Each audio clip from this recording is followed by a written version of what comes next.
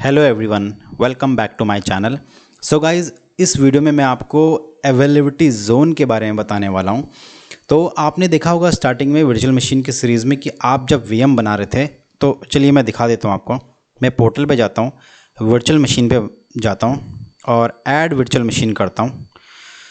तो आपने यहाँ पर देखा होगा कि आपको अवेलेबिलिटी ऑप्शंस आ रहा था, ओके, जो कि मैं by default no infrastructure redundancy required पे ही सिलेक्ट रख रहा था, क्योंकि मैंने आपको बताया था कि मैं इसके वीडियो बाद में बनाऊंगा आपको, ओके।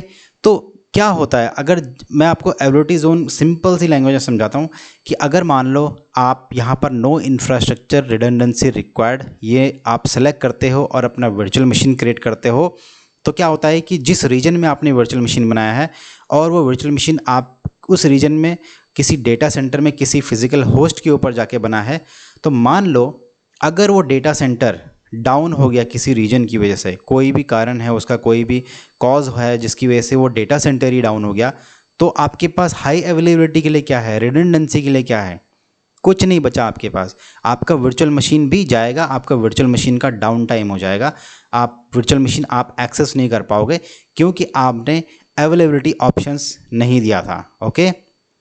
तो माइक्रोसॉफ्ट कहता है कि अगर आपको इस तरह की सिचुएशन से बचना है और आप अपनी वर्चुअल मशीन को अवेलेबल कराना चाहते हो, चाहे आपका एक डेटा सेंटर डाउन हो जाए, तो आप अपने दूसरे डेटा सेंटर से अगर वर्चुअल मशीन को अवेलेबल कराना चाहते हो, तो आप अवेलेबिलिटी ऑप्शंस में अवेलेबिलिटी जोन सेलेक्ट कीजिए या फिर अवेलेबिलिटी सेट। तो अवेलेबिलिटी सेट जो है मैं फ़िलहाल नेक्स्ट वीडियो में बनाऊंगा। फ़िलहाल मैं यहाँ पर आपको अवेलेबिलिटी जोन के बारे में बता रहा हूँ, ओके। तो आप जब अवेलेबिलिटी जोन सेलेक्ट करते हैं तो यहाँ पर आपको अवेलेबिलिटी जोन चूज़ करने के लिए बोलता है कि आपको कितने जोन चूज़ करने हैं, 1, 2 या 3, ओके। तो चलिए इसको इस डायग्राम से समझते हैं। ये हर एक रीजन में आपके 3 डेटा सेंटर्स होते हैं, यानी कि 3 अवेलेबिलिटी जोन होते हैं। माइक्रोसॉफ्ट ने हर एक रीजन में, यानी कि अगर ईस्ट यूएस रीजन है या फिर सेंट्रल इंडिया रीजन है, तो उसमें एक या एक से ज़्यादा डेटा सेंटर्स होंगे। तो आप जब वर्चुअल मशीन बनाओगे तो यहाँ पर जो जोन सेलेक्ट करोगे, यानी कि अगर आपने एक जोन सेलेक्ट किया तो क्या होगा कि आपका वर्चुअल मशीन क्या होगा, किसी एक डेटा सेंटर में जाके बनेगा। और अगर ये एक जोन, यानी कि एक जोन मतलब ये एक डेटा सेंटर हो गया है, दूसरा जोन मतलब दूसरा डेटा सेंटर हो गया है, तीसरा जोन का मतलब तीसरा डेटा सेंटर हो गया है, किसके अंदर, सिर्फ एक रीजन के अंदर। अगर आप एक जोन सेलेक्ट करते हो और एक जोन में अगर मान लो आपका इस जोन में गया वर्चुअल मशीन आपने बनाया है और ये पूरा डेटा सेंटर आपका डाउन हो गया है, तो आपके पास कोई ऑप्शन नहीं रहेगा, ओके। लेकिन जोन 1 क्यों दिया हुआ है कि आपका जो है, मान लो आपने जोन 1 सेलेक्ट किया है, ओके, इसके हिसाब से आपने जोन 1 सेलेक्ट किया है और इस जोन के अंदर, इस डेटा सेंटर के अंदर मल्टीपल रैक्स रहते हैं, उन मल्टीपल रैक्स में मल्टीपल फिजिकल सर्वर्स रहते हैं।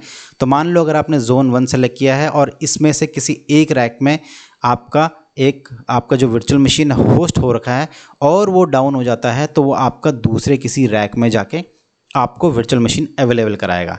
लेकिन अगर मान लो वो पूरा डेटा सेंटर ही डाउन हो गया, तब आपके लिए लॉस है इस केस में, अगर आप जोन 1 सेलेक्ट करते हो तो माइक्रोसॉफ्ट कहता है कि चॉइस आपकी है कि आपको कितने जोन सेलेक्ट करने हैं। अगर आप 2 जोन सेलेक्ट करते हो तो क्या होगा, आपका वर्चुअल मशीन 2 कॉपीज़ रखेगा, एक कॉपी आपका इस डेटा सेंटर में रखेगा, दूसरा कॉपी आपका दूसरे डेटा सेंटर में रखेगा। इसका जो चार्ज लेगा वो उसके डिपेंड के ऊपर करता है कि आपने कितने जोन सेलेक्ट किया है और कितनी कॉपीज़ उसकी बनी है वर्चुअल मशीन की, ओके। तो अब इस केस में क्या होगा, अगर आपने 2 जोन सेलेक्ट किया है, तो अगर मान लो एक डेटा सेंटर डाउन हो गया, तो आपका जो है दूसरे डेटा सेंटर से वर्चुअल मशीन आपकी एक्सेसिबल होगी, ओके। उसी तरह अगर आप 3 जोन सेलेक्ट करते हो यहाँ से, तो आपका 3 कॉपीज़ अलग अलग डेटा सेंटर में जाएगी।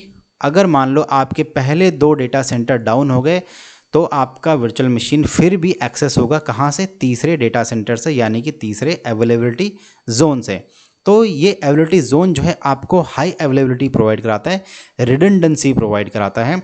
और माइक्रोसॉफ्ट कहता है कि हम आपको, अगर आप अवेलेबिलिटी जोन या अवेलेबिलिटी सेट चूज़ करते हो, तो हम आपको 99.99% का SLA देते हैं। यानी कि माइक्रोसॉफ्ट गारंटी देता है कि अगर आपने अवेलेबिलिटी जोन या अवेलेबिलिटी सेट यूज़ किया है या फिर अवेलेबिलिटी ऑप्शंस यूज़ कर रहे हैं तो आपको 99.99% आपका वर्चुअल मशीन अप रहेगा। ओके, तो अवेलेबिलिटी जोन का दूसरा मतलब क्या है कि कॉमन आपका जो पावर है या फिर आपका जो कूलिंग है वो आपका जो है एक डेटा सेंटर से दूसरे डेटा सेंटर पे इंडिपेंडेंट रहता है, बट यहाँ पर जो है आपका एक साथ रहता है। ओके, तो मेरा सिंपल सा कहने का मतलब ये है कि जब भी आप अपने प्रोडक्शन इन्वायरमेंट में वर्चुअल मशीन बनाओ तो मेक श्योर कि आप अवेलेबिलिटी जोन सेलेक्ट करो, ताकि आपको इन केस अगर डेटा सेंटर फेलियर हो गया तो आपका वर्चुअल मशीन फिर भी अवेलेबल रहेगा, आपको अप मिलेगा, आप यूज़ कर सकते हो। लेकिन अगर आपने यहाँ से no infrastructure redundancy required select किया तो इस केस में अगर डेटा सेंटर डाउन हो गया या फिर आपका एक पर्टिकुलर रैक जिस रैक के अंदर आपका वर्चुअल मशीन है वो डाउन हो गया तो आपका जो है पूरा का पूरा मशीन डाउन हो जाएगा, आपको एक्सेसिबल नहीं होगा। ओके, तो गाइज़ ये था अवेलेबिलिटी जोन के बारे में। इसमें ऐसा कुछ डेमो दिखाने लायक नहीं है, बस ये है कि जब भी आप वर्चुअल मशीन बनाओ या फिर जो भी रिसोर्सेज आपके अवेलेबिलिटी ऑप्शंस यूज़ करते हैं, जैसे कि हमने लास्ट वीडियोस में हमने डेडिकेटेड होस्ट के बारे में बताया था, वहाँ पर भी आपको जो है जोन का ऑप्शन दिया था। ओके, या और भी जो कुछ भी फीचर होगा तो उसमें आप अवेलेबिलिटी ऑप्शंस यूज़ करना, आपको मतलब मेक श्योर कि आप यूज़ करो रिडंडेंसी के पॉइंट ऑफ व्यू से। ओके, तो गाइज़ ये था आज के वीडियो में। अगर आपको वीडियो अच्छा लगे तो आप प्लीज़ लाइक कीजिए, शेयर कीजिए, सब्सक्राइब कीजिए। अगर आपको लगता है कि कुछ मिस हुआ है मेरे से तो आप प्लीज़ कमेंट कीजिए, तो मैं उसको इस बारे में वीडियो बनाऊँगा। ओके, सो गाइज़ आज की वीडियो में इतना ही, मिलते हैं अगले वीडियो में एक नए टॉपिक के साथ। Thanks for watching this video.